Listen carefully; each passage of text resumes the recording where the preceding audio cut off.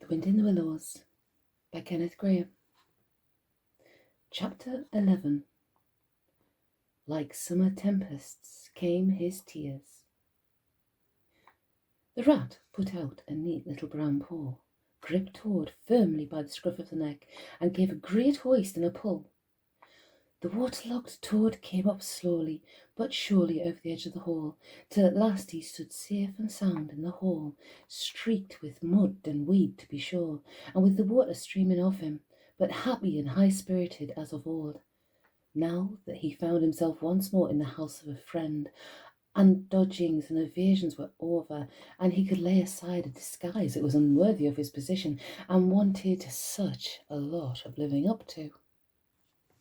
"Oh, Ratty," he cried, "I've been through such times since I saw you last, you can't think. Oh, such trials, such sufferings, and all so nobly borne. Then such escapes, such disguises, such subterfuges, and all so cleverly planned and carried out. Being in prison, got out of it, of course, being thrown into a canal, swam ashore, stole a horse, sold it for a large sum of money, humbugged everybody, made them do all exactly what I wanted. Oh, I am a smart toad, and no mistake. What do you think my last exploit was? Just hold on till I tell you." "Toad," said Water Rat gravely and firmly, "you go off upstairs at once, and take off that old cotton rag that looks as if it might formerly have belonged to some washerwoman, and clean yourself thoroughly, and put on some of my clothes. And try and come down looking like a gentleman, if you can. For a more shabby, bedraggled, disreputable-looking object than you are, I never set eyes on in my whole life. Now, stop swaggering and arguing, and be off. I'll have something to say to you later." Tord was at first inclined to stop and do some talking back at him. He had had enough of being ordered about when he was in prison, and here was the thing being begun all over again, apparently, and by a rat too. However, he caught sight of himself in the looking-glass over the hat-stand, with the rusty black bonnet perched rakishly over one eye, and he changed his mind and went very quickly and humbly upstairs to the rat's dressing-room.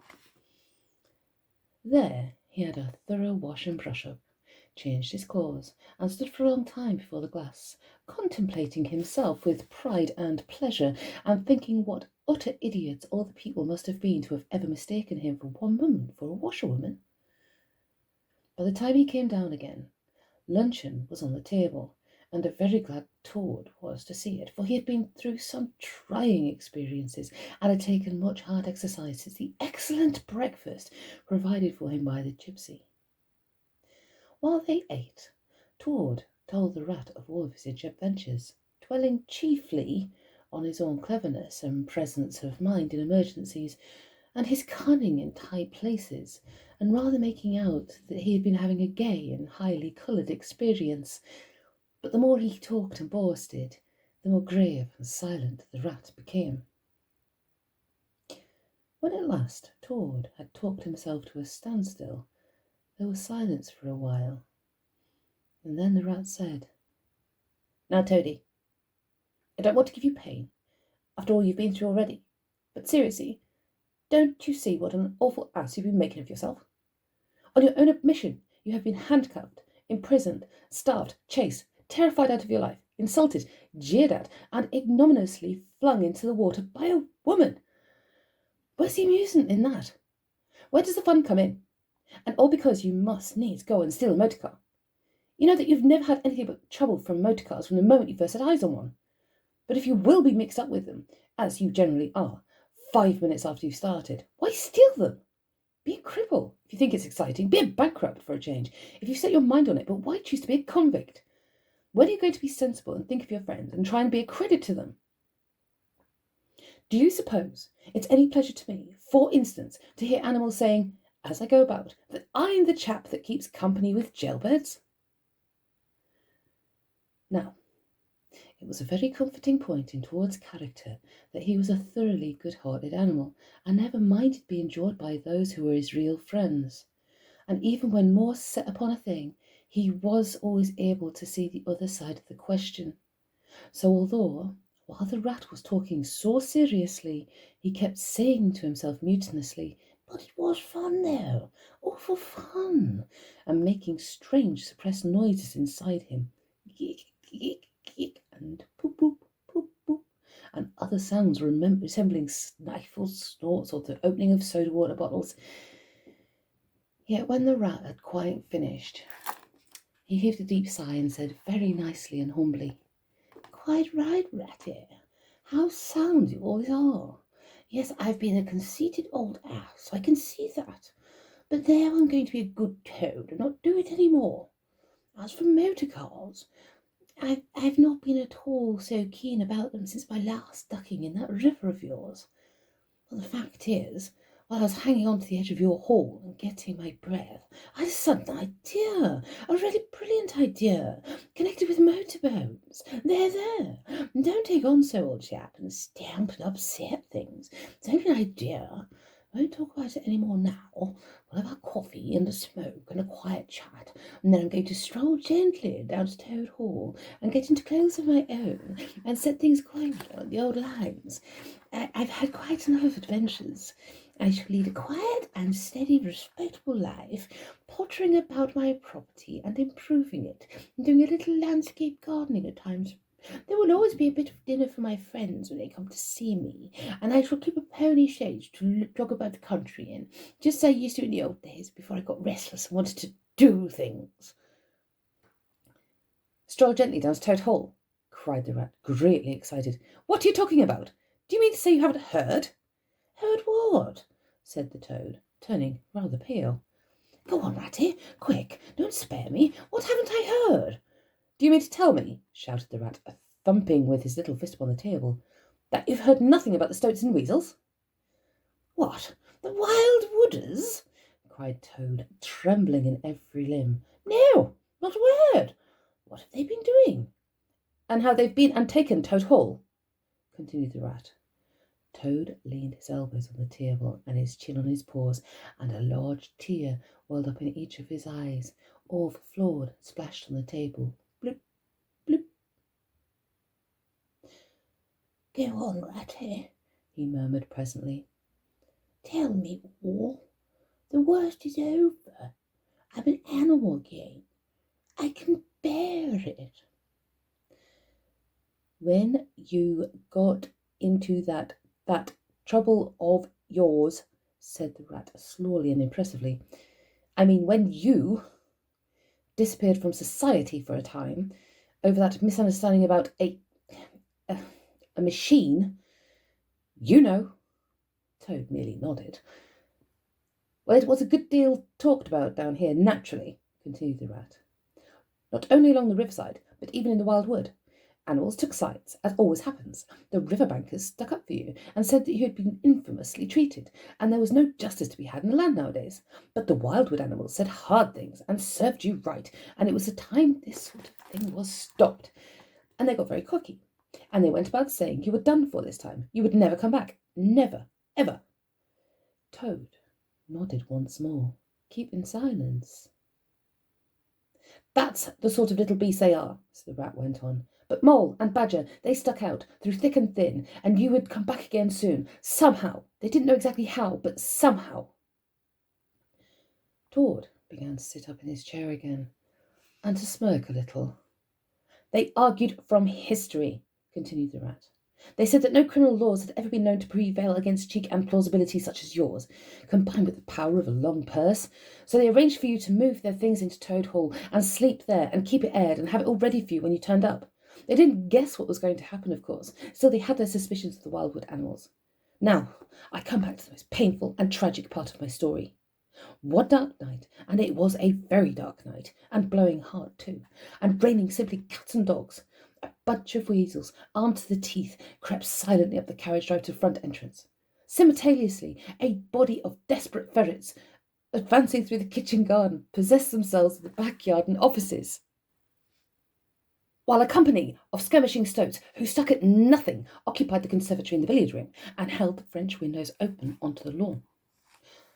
The mole and the badger were sitting by the fire in the smoking room, telling stories and suspecting nothing, for it wasn't a night for any animals to be out in, when those bloodthirsty villains broke down the doors and rushed in upon them from every side. They made the best fight they could, but what was the good? They were unarmed and taken by surprise, and what can two animals do against hundreds? They took and beat them severely with sticks, those two poor faithful creatures, and turned them out into the cold and wet, with many insulting and uncalled for remarks. Here the unfeeling Tord broke into a snigger, and then pulled himself together and tried to look particularly solemn.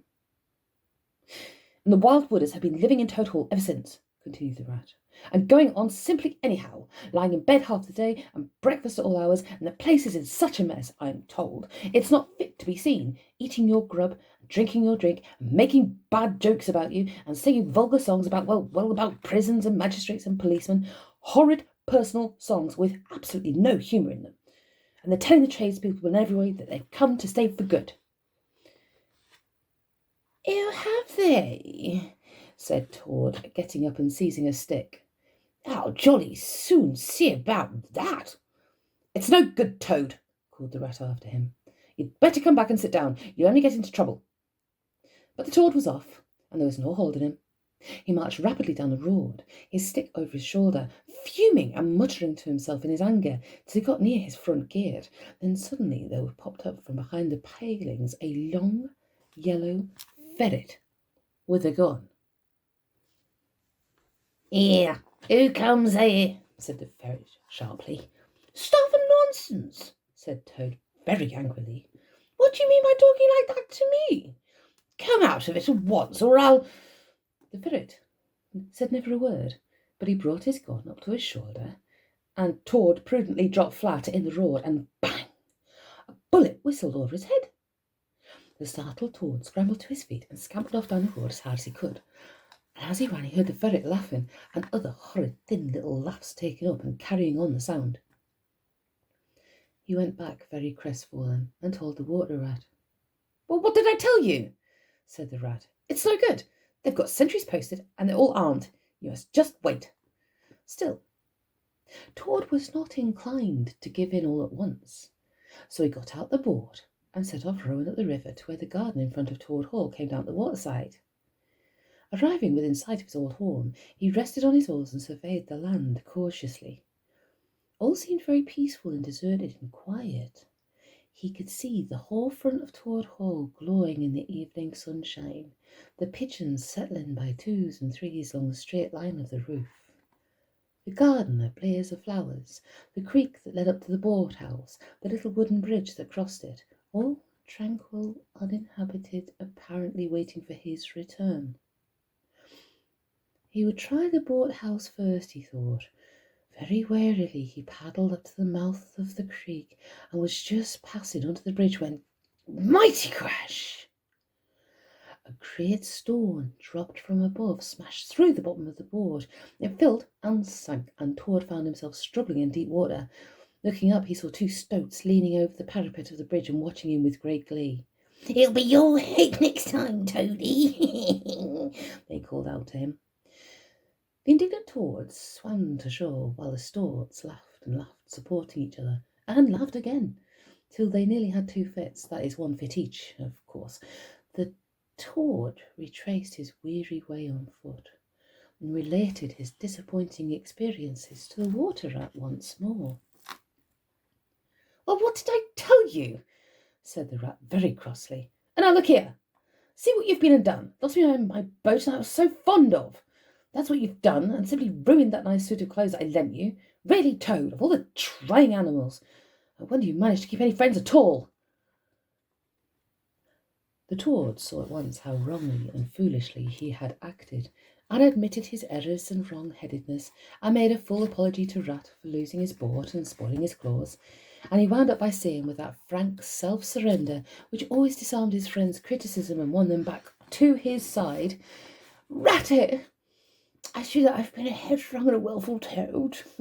Henceforth, believe me, I will be humble and submissive, and will take no action without your kind advice and full approval. If that is really so, said the good-natured rat, already appeased, then my advice to you is, considering the lateness of the hour, to sit down and have your supper, which will be on the table in a minute, and to be very patient, for I am convinced that we can do nothing until we've seen the Mole and the Badger, and heard their latest news, and held conference and taken their advice on this difficult matter. Yes, of course, the Mole and the Badger, said Toad lightly. Yeah, what's become of them, the dear fellows? I've forgotten all about them. Well, may you ask, said the Rat reproachfully. While you were riding about the country in expensive motor cars and galloping proudly on blood horses and breakfasting on the fat of the land, those two poor devoted animals have been camping out in the open in every sort of weather, living very rough by day and lying very hard by night, watching over your house, patrolling your boundaries, keeping a constant eye on the storks and the weasels, scheming and planning and contriving how to get your property back for you. You don't deserve to have such true and loyal friends. Toad, you really don't. Some day, when it's too late, you'll be sorry you didn't value them more while you had them. Oh, I'm an ungrateful beast, I know, sobbed Toad, shedding bitter tears. Let me go out and find them, out into the cold, dark night, and share their hardships and try and prove a way. Hold on a bit. Surely I heard the chink of dishes on a tray. Supper's here at last. Hooray! Come on, Ratty. The Rat remembered that poor Toad had been on prison fare for a considerable time, and that large allowances had therefore to be made. He followed them to the table accordingly, and hospitably encouraged him in his gallant efforts to make up for his past privations. They'd just finished their meal and resumed their armchairs. Then there came a heavy knock on the door. Toad was nervous, but the Rat, nodding mysteriously at him, went straight up to the door and opened it, and in walked Mr. Badger. He had all the appearance of one who for some nights had been kept away from home and all its little comforts and conveniences. His shoes were covered with mud, and he was looking very rough in tuffles. But then, he had never been a very smart man, the Badger, at the best of times. He came solemnly up to Toad, shook him by the paw, and said, "Welcome home, Toad. Alas, what am I saying? Home indeed. This is a poor home-coming, unhappy Toad." Then he turned his back on him, sat down to the table, drew his chair up, and helped himself to a large slice of cold pie. Toad was quite alarmed at this very serious and portentous style of greeting, but the Rat whispered to him, "Never mind, don't take any notice, and don't say anything to him just yet. He's always rather low and despondent when he's waiting for his victuals. In half an hour's time, he'll be quite a different animal." So they waited in silence, and presently there came another and a lighter knock. The Rat, with a nod to Toad, went to the door and ushered in the Mole, very shabby and unwashed, with bits of hay and straw sticking in its fur. "Hooray! Here's old Toad," cried the Mole, his face beaming. "Fancy having you back again." And he began to dance around him. "We never dreamt you would turn up so soon. Why, you must have managed to escape, you clever, ingenious, intelligent Toad." The Rat, alarmed, pulled him by the elbow, but it was too late. Toad was puffing and swelling already. "Clever? Oh, no," he said. "I'm not really clever. According to my friends, I've only broken out of the strongest prison in England, that's all. And captured a railway train and escaped on it, that's all. And disguised myself and gone about the country humbugging everybody, that's all. Oh, no, I'm a stupid ass, I am. I'll tell you what to do with my little adventures, Mole, and you shall judge for yourself." Well, said the Mole, moving towards the supper table. "Supposing you talk while I eat. Not a bite since breakfast. Oh my. And he sat down and helped himself liberally to cold beef and pickles. Toad straddled on the hearthrug, thrust his paw into his trouser pocket, and pulled out a handful of silver. "Look at that!" he cried, displaying it. "That's not so bad, is it, for a few minutes' work? And how do you think I done it, Mole? Horse stealing, that's how I done it." "Go on, Toad," said the Mole, immensely interested. "Toad, do be quiet, please," said the Rat. And don't you egg him on, Mole. And you know what he is, but please tell us as soon as possible what the position is and what's best to be done now that Toad is back at last. The position's about as bad as it can be, replied the Mole grumpily. And as for what's to be done, why, blessed if I know. The Badger and I have been round and round the place, by night and by day, always the same thing. Sentries posted everywhere, guns poked out at us, stones thrown at us. There's always an animal on the lookout, and when they see us, how they do laugh. That's what annoys me the most. It's a very difficult situation, said the Rat, reflecting deeply. But I think I see now, in the depths of my mind, what Toad really ought to do. I will tell you. He ought to... No, he oughtn't, shouted the Mole with his mouth full. Nothing of the sort. You don't understand. What he ought to do is, he ought to... Well, I shall do it anyway, cried Toad, getting excited. Now, I'm not going to be ordered about by you fellows. It's my house we're talking about, and I know exactly what to do, and I'll tell you, I'm going to... By this time, they were all three talking at once, at the top of their voices, and the noise was simply deafening, when a thin, dry voice made itself heard, saying, Be quiet at once, all of you. And instantly everyone was silent. It was the Badger, who, having finished his pie and turned round in his chair, and was looking at them severely. When he saw that he had secured their attention, and that they were evidently waiting for him to address them, he turned back to the table again and reached out for the cheese. And so great was the respect commanded by the solid qualities of that admirable animal that not another word was uttered until he had quite finished his repast and brushed the crumbs from his knees. The Toad fidgeted a good deal, but the Rat held him down firmly. When the Badger had quite done, he got up from his seat and stood before the fireplace, reflecting deeply. At last he spoke. Toad, he said severely, you bad, troublesome little animal. Aren't you ashamed of yourself? What do you think your father, my old friend, would have said if he had been here tonight and have known of all your goings-on? Toad, who was on the sofa by this time with his legs up, rolled over on his fears, shaken by sobs of contrition. There, went on the Badger more kindly. Never mind, stop crying. We're going to let bygones be bygones and try and turn over a new leaf. But what the Mole says is quite true. The Stoats are on guard at every point, and they make the best sentinels in the world. It's quite useless to think of attacking the place. They're too strong for us. It's all over, sobbed the Toad, crying into sofa cushions. I shall go enlist to be a soldier and never see my dear Toad Hole any more.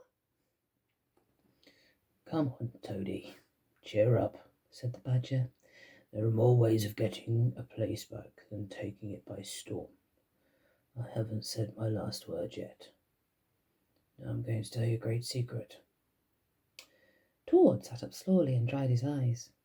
Secrets had an immense attraction for him, because he never could keep one, and he enjoyed the sort of unhallowed thrill he experienced when he went and told another animal, after having faithfully promised not to do so.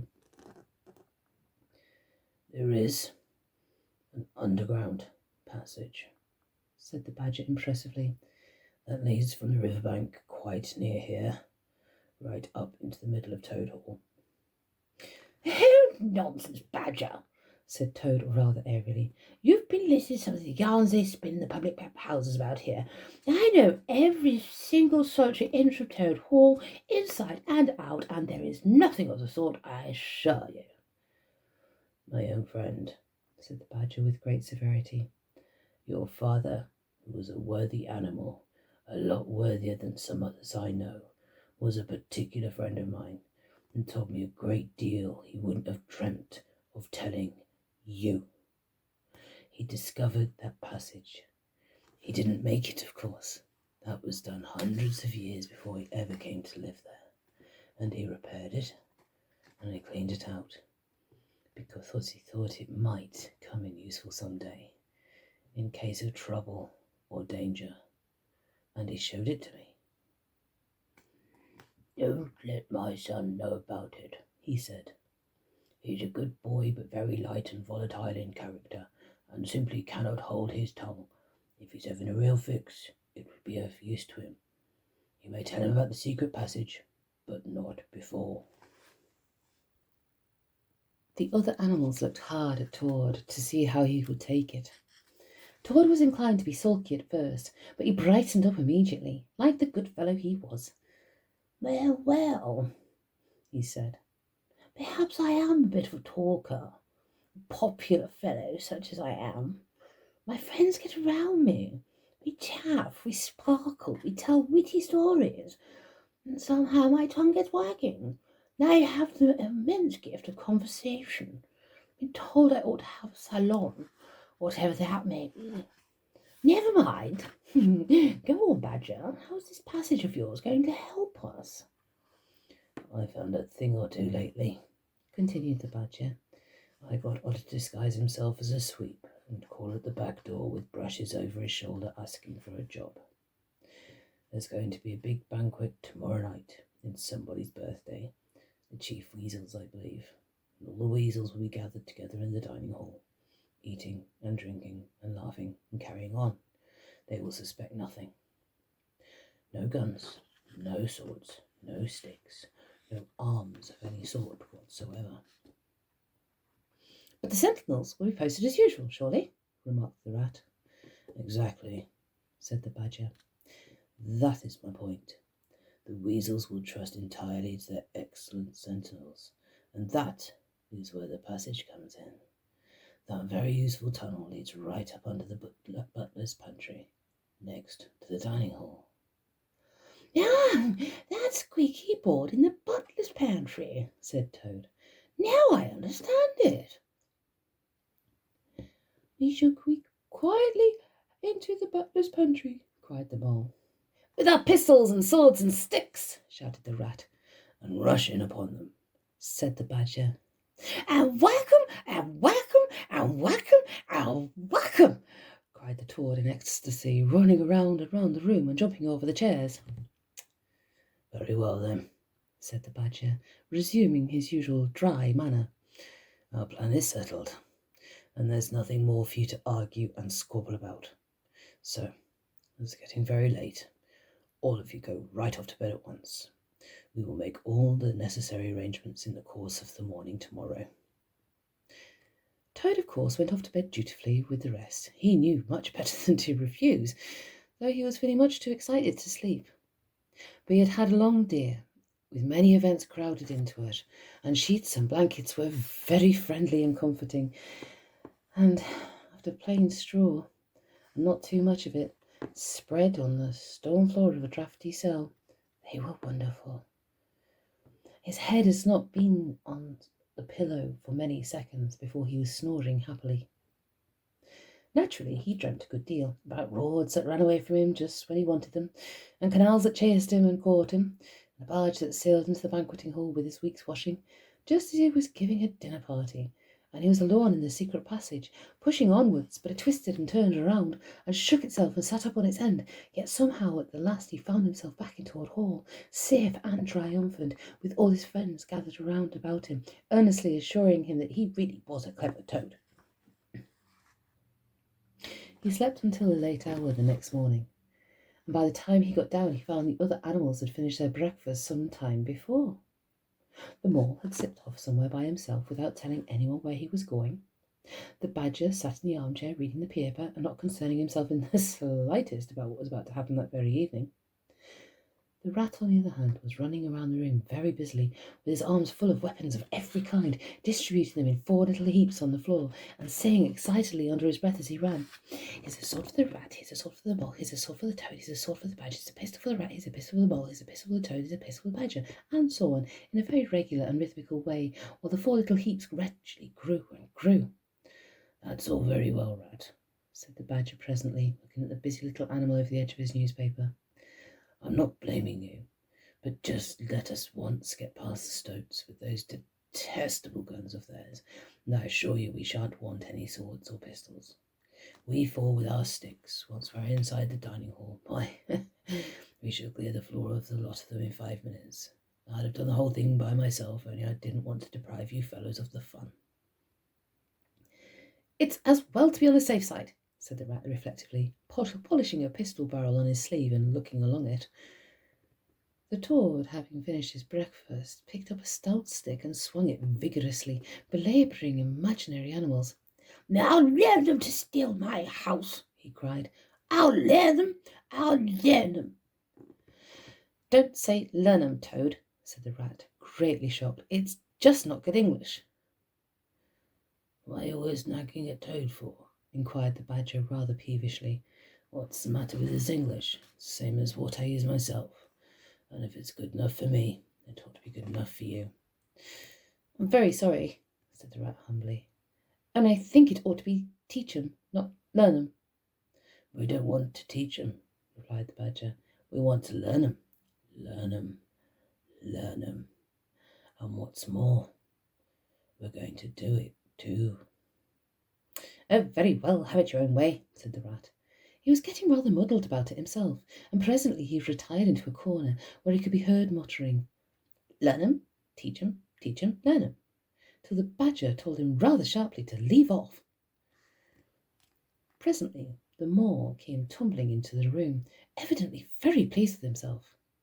"I've been having such fun," he began at once.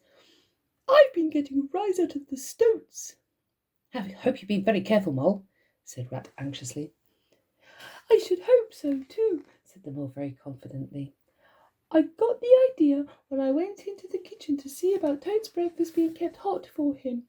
I found that old washerwoman dress that he came home in yesterday hanging on a towel horse before the fire.